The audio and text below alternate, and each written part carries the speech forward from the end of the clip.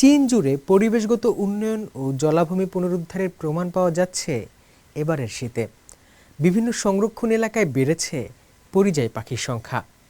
Anhui প্রদেশের moon লেকে এসেছে 10,000-এরও বেশি অতিথি পাখি, যার মধ্যে রয়েছে দ্বিতীয় স্তরের সুরক্ষিত তুন্দ্রা সোয়ান। কুইচৌর ছাওহাই নেচার রিজার্ভে এসেছে প্রায় 2,500 কালো গলা সারস।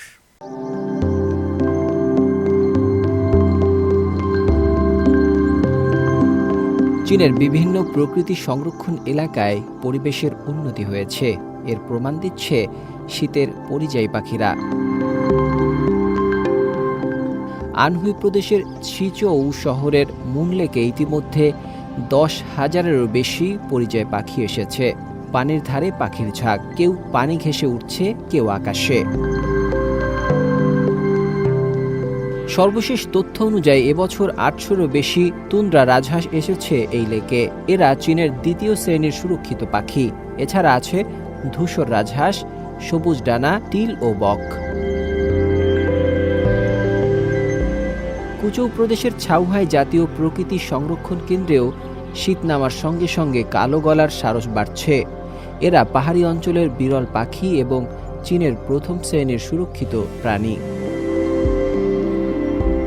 তথ্যমতে গত সপ্তাহের মাঝামাঝিতে ছাওহাইতে এদের সংখ্যা প্রায় 2,500 ছাড়িয়েছে। ছাওহাই এলাকা একটি গুরুত্বপূর্ণ ও স্বাভাবিক উচ্চভূমির জলাভূমি। এটি কালো গলার সারসের প্রধান শীতকালীন আশ্রয়স্থল। সাম্প্রতিক বছরগুলোতে এখানকার জলাভূমি রক্ষায় প্রশাসন উল্লেখযোগ্য সাফল্য পেয়েছে। এতে করে বেড়েছে পাখির সংখ্যা ও বৈচিত্র্য।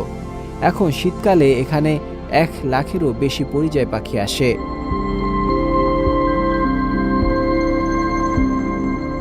শান্তং প্রদেশের হেচে শহরের তোংমিং কাউন্টিতে ইয়াংজি নদীর তীরও এখন পরিযায়ী পাখির ভিড়ে জমজমাট। সাইবেরিয়া থেকে আসা 20 প্রজাতির কয়েক লাখ পাখি এখানে শীত কাটাতে আসে। নাজমুল হক রাইয়ান, সিএমজি বাংলা।